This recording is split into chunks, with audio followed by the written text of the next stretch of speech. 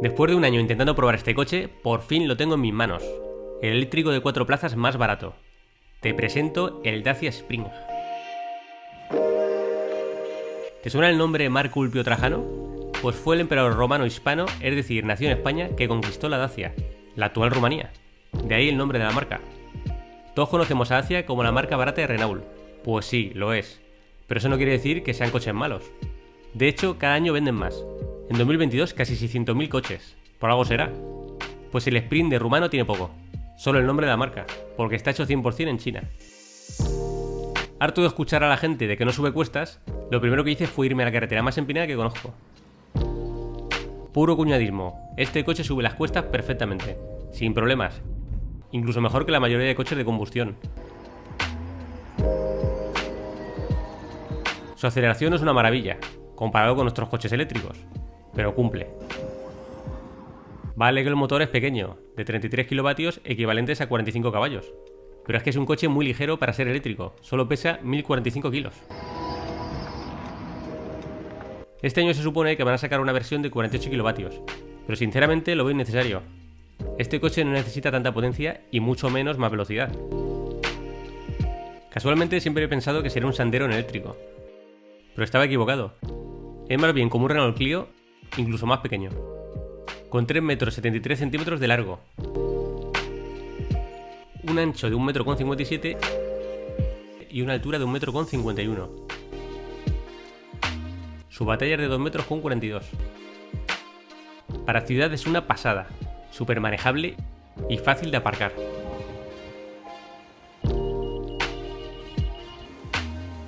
Con una dirección muy blanda, por lo que tendrás que estar muy pendiente al volante para no llevarte un susto.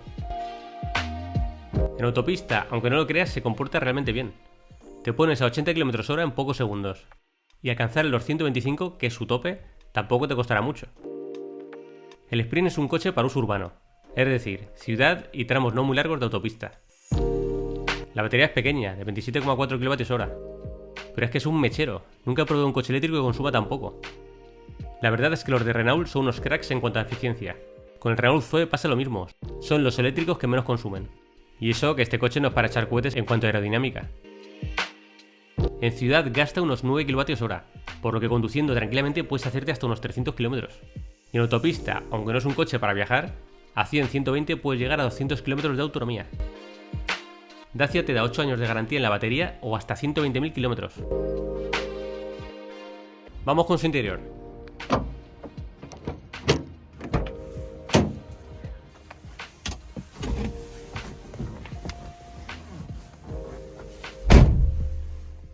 El volante, plástico duro. Y aquí los mandos de control de crucero. Y el manos libres. Aquí no hay ni plásticos blandos, ni pieles sintéticas, ni historias. Todo pues plástico duro, pues eso, de toda la vida. La maleta pues así, flojilla, cromada, plástico. Aquí tenemos la palanquita del cierre. Tenemos más botoncitos por aquí. Los retrovisores que son eléctricos, eso sí, muy bien. Para bloquear las ventanillas. Esto será para que no haga ruido cuando aparques. Y aquí pues tenemos la rueda para el tema de la altura de las luces. Toma ya, como los coches de los años 90.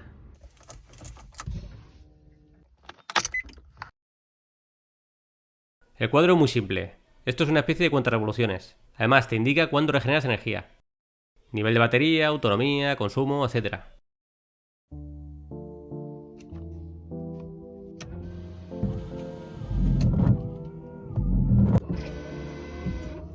Bueno, aquí tenemos la pantallita que ahora os explicaré. Y aquí todos botoncitos. Curiosamente tenemos aquí los elevalunas. Qué raro es esto, tío. Para bloquear las puertas, luces de emergencia, modo eco, que no sé para qué queremos un modo eco en este coche. La verdad es que no tiene sentido porque no tiene mucha potencia. El auricular derecho. En este tenemos que mantener el dedito. Esto me mola. Botoncitos físicos. Como a mí me gusta, nada de pantallitas. Aire acondicionado, desempañamiento de cristales, la rueda de la calefacción y el aire, la potencia, etc. Y esto por lo más básico que hay. Dentro, fuera. Aquí tenemos el control de estabilidad y el limitador de velocidad. Y una toma de 12 voltios para conectar tus cosillas. Aquí un pequeño hueco para poner, pues, el mando, llaves o lo que quieras. Y estos son las marchas, digamos. Tenemos neutro para estar parados, D para ir en marcha y la marcha atrás. Freno de mano, señores, como toda la vida. Aquí tenemos una guanterita para meter aquí nuestras cosillas. Esto será para conectar las centralitas y cosas de esas del coche. Normal y corriente. Aquí tenemos airbag, para que luego digan. Airbag. La ventilación, vamos a probarla a ver. Probarla a tope. Pudri, qué chorrazo tira esto, tío. Te pega aquí un buen chorrazo,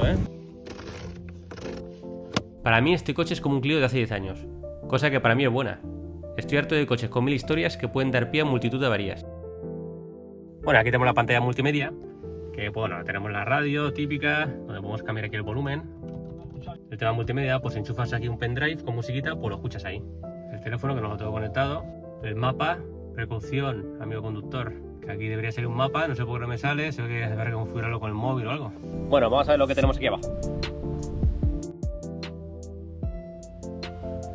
Bueno. La primera vez que veo un coche eléctrico así, por debajo. Porque la mayoría, como tienen las baterías abajo, pues tiene una chapa que lo recubre todo para protegerlas, pero este no. Me imagino que las baterías irán ahí atrás, estarán ahí. Pues aquí pues lo tenemos hueco, con cablecitos y con historias. Vamos a ver ahí delante. ¿Veis? Aquí delante pues tenemos el motor. Aquí está el motorcico.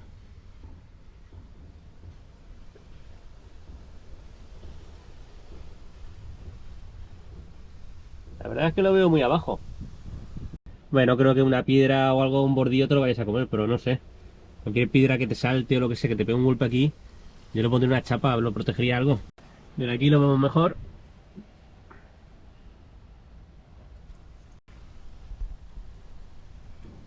Ahora abriré el capó para que lo veáis. Aquí detrás pues tendremos las baterías. Aquí están. Ahí tenemos las baterías.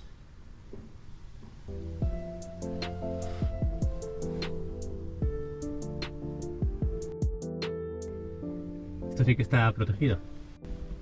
Joder, que me dejo la mano. Y aquí, como veis, tenemos la rueda de repuesto. Que es curioso, coches de 40.000 euros no llevan. En cambio este sí. Y aquí tenemos la amortiguación. Muy básica, nada del otro mundo. Que la verdad es que no va mal, Bueno, el parasol sin floritura, ni espejo ni leches. Aquí un micrófono de algo. Botón de SOS por si tienes un accidente. Aquí bombilla de toda la vida. Aquí, mira, aquí sí que hay espejo, mira qué bien. Sí, qué maravilla. A ver, agarramanos no tenemos aquí, lógicamente, pues si vas conduciendo, ¿para qué quieres agarrarte la mano? El acompañante no tiene, pero bueno, atrás sí que tenemos los pasajeros, muy bien. Qué detalle. Escucha, que no sales, Que si pones el cierre, aquí no sale ni Cristo. Con 15 centímetros de distancia al suelo.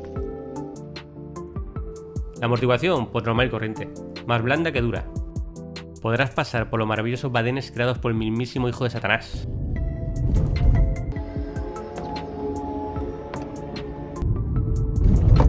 De frenos, pues igual, cumple. Con discos delante y tambor detrás.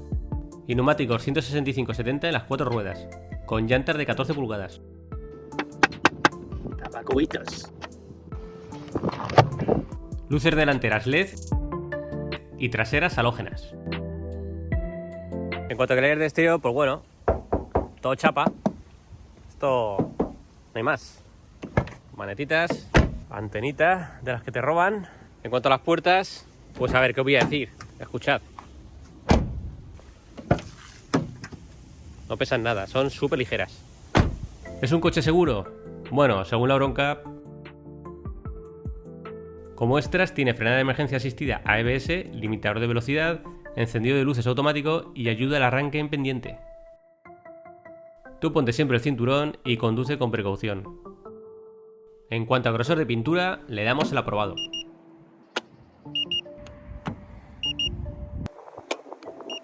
Hablemos de precio. A día de hoy, según su web, cuesta 20.555 euros. A ver, si lo comparamos con un coche de combustión, es muy caro.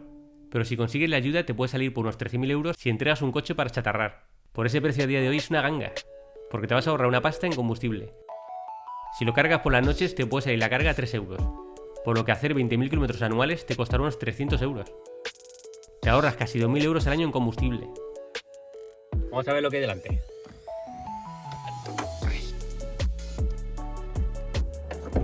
Pues aquí tenemos el motor, señores.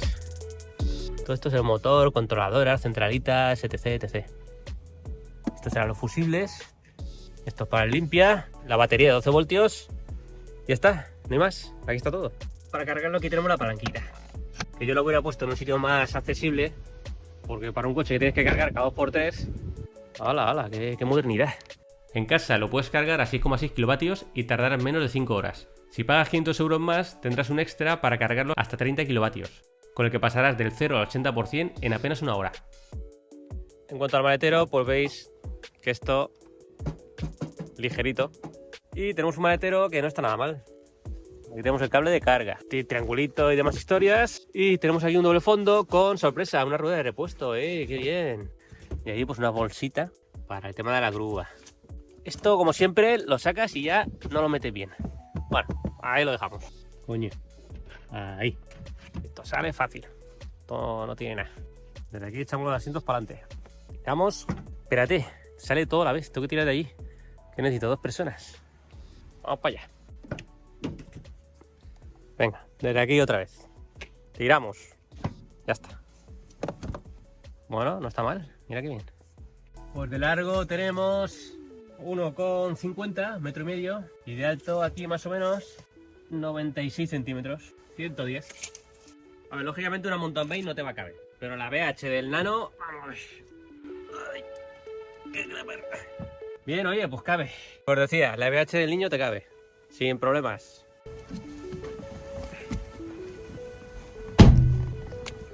Como ves, los asientos traseros son justitos. La distancia que he dejado más o menos es la misma como si alguien fuera conduciendo. Y a ver, yo mido 1,74. Y si os fijáis aquí arriba, estoy casi al límite. O sea que si mides 1,80 o así, probablemente rozarás con el techo. La comodidad, pues como un coche normal y corriente. Son de piel gorda esta que os digo. Y lo malo es que no se puede, el reposacabezas no se puede subir ni bajar, es fijo. Y es curioso porque en vez de una rueda lleva una palanca. ¡Pam! No tiene regulador ni en altura ni en profundidad.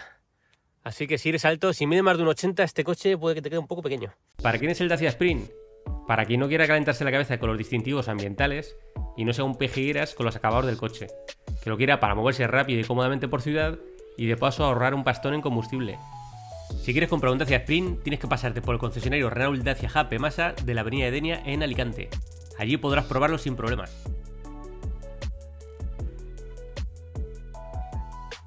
¿Quieres ser el primero en ver mis pruebas de coches eléctricos, patinetes, e-bikes y enterarte de las últimas noticias del mundo eléctrico? ¿O solo quieres agradecer mi trabajo? Pues suscríbete ahora y te aseguro que lo disfrutarás. Y podrás ayudarme a seguir con mi canal.